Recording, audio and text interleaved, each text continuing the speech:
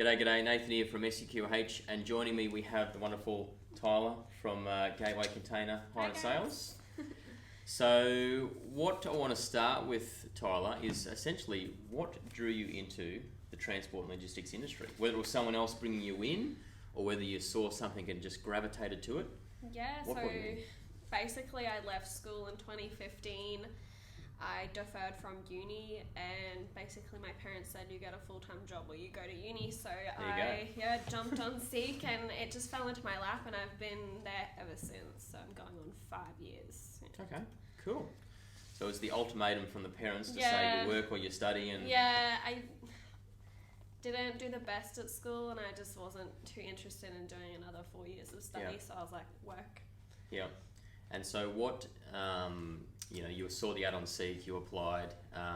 What excited you about the Gateway opportunity? I actually had no idea what it was at all. I had no concept of what shipping containers do and how, valuable they are to Australia and, the world basically. And that I was so intrigued, so I went for the interview. Yeah. Yeah. And just liked it? Yeah, it was just fast paced. I needed a busy job, always moving, and it just stuck with me. Yeah, well, containers do that to you. Yes. So what has kept you in the industry? If you started there in 2015, 5 years, yes.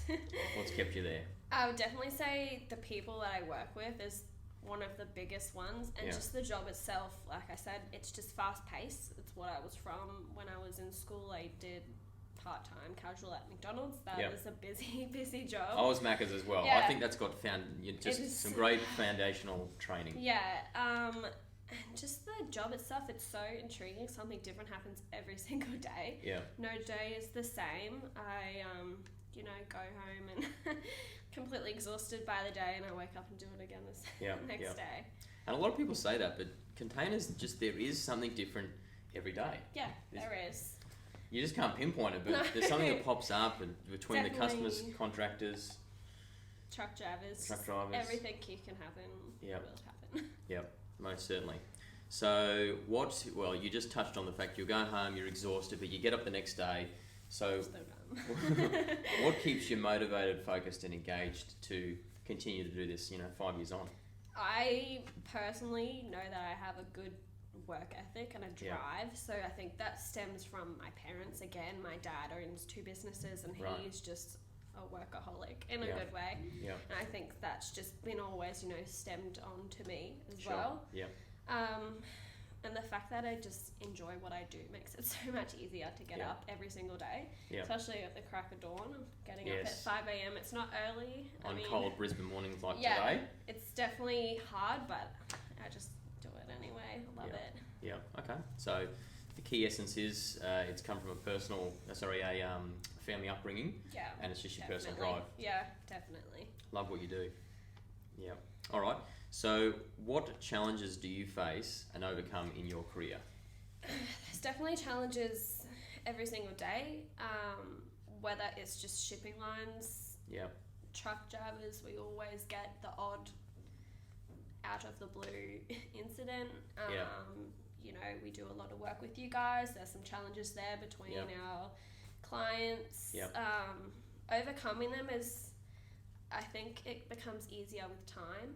At first it's quite overwhelming when you're starting out and you don't know what doing, but 5 years later I've pretty switched on to what needs to be done to get the ball rolling. Because I guess working in an empty container depot as well, you're seeing you'd have hundreds of trucking companies on your books that you're seeing come through, and then between Gateway and SEQH, you've got a very special customer that has a lot of requirements as well. So, and that can have a lot of moving parts.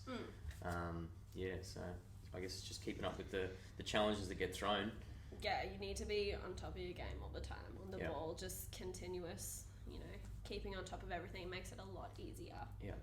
Okay, all right. So planning, keeping on top of things, and just being there to provide solutions. Yeah, definitely. All right. So you and I both work for family-owned and operated businesses. So what do you think are the benefits of working in a family-owned and operated business? There are definitely a lot of benefits. I strongly believe the Finnegans that I work for are just fantastic. They're generous, you know, understanding, and it does make it feel like you are a part of a team and a smaller, you know, kind of a closer family knit environment. I couldn't imagine working for like a massive company with, you know, hundreds and thousands of employees. I think everyone just knows each other, and it's just a nice, you know, environment, and it's one of the reasons why I do enjoy working there so much. You know, Christmas time and, you know, Christmas parties, it's just so well looked after, and we're all very cared for over there.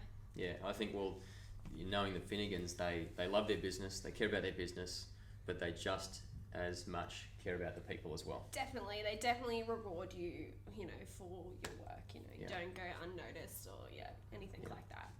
Cool. So I guess a key takeaway is sometimes in those family operations you get that extra appreciation. You definitely do. I mean, it keeps me going back for 5 years, so I do very much enjoy working there. Yeah, and sometimes it's just those thank yous, isn't it? It is, just the small little things, you know, just a quick email just to say, thanks, great job. Yeah. Makes it so much better. Yeah. So you've started, like you came from school into your professional career, straight into transport. Yeah. What advice would you share for people that are following that pathway, and or they could be, you know, be out of school for 10, 15 years and looking for a change? Yeah. What advice would you share for someone looking to get into the transport and logistics industry? I mean, it's a great industry. For one, it's always going to be ongoing. It's actually, you know, I never knew, like I said, how much Australia and just the world depended on shipping containers. So it's something that's never going to phase out. Yep. If you're looking for something that's fast paced and, you know, everyone works with each other well, a good team environment, there's definitely plenty of opportunities, whether it's an empty depot or transport. You know, you've got warehousing. Freight, you've got warehousing, you know, packing as well, just everything. I mean, it's got a lot of diversity for anyone to just dip their toes in and see if they like it. And you've got nothing really to lose. No. Give it a try, and if you don't like it, you just go and move something else. I'm just lucky that I found something that I, you know, enjoy straight away. Yeah, exactly. Not everyone is as fortunate as that, so you're very lucky there. And and you touched on team, and I think team in logistics is just, it has to be there. Oh, it's so it just important. Won't work without it. So you definitely need to have that support around you. It's not a one person kind of job. You need, you know, 3 to 5 people just backing you on what you do. If the job fails, everyone fails. If the job succeeds, everyone succeeds. Yeah, and everyone's rewarded too. Yeah. Good-o. Yes. All right. Well, thank you very much for your time, your input here for our special segment. Yeah, I was glad to be a part of it. Good-o. All right. Any further questions, then flick a note to Tylah or send a note to myself. Thanks, guys. Thanks. Bye-bye.